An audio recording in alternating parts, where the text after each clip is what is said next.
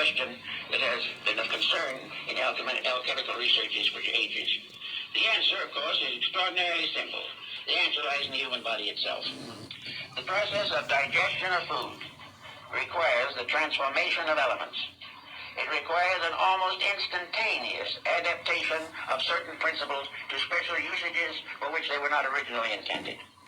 It is possible, therefore, for food which is taken in to in some way maintain a life principle which is not in the food, which is not in the body otherwise, but it must be used to nourish the spiritual ends or principle in the human being.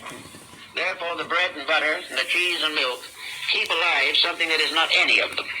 Keep alive a thing which throughout life will continue to cause the heart to beat, which will continue to circulate the blood and nourish the functions of the human being until the end of life.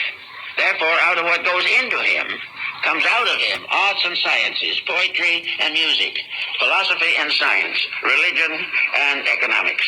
They all come out of someone, and that someone is nourished by the food, by the atmosphere around him, by water, and by the rays of the planets and the light of the sun and moon. Therefore, the wedding of the sun and moon in alchemy is very important.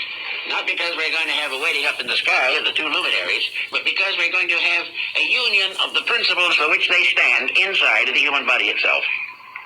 So we have the amazing recognition that one life flowing behind all forms and made available through nutrition to every living creature. We find consequently that from the harvests in the fields that a world is nourished, and those who eat these harvests become proficient in many forms of activity.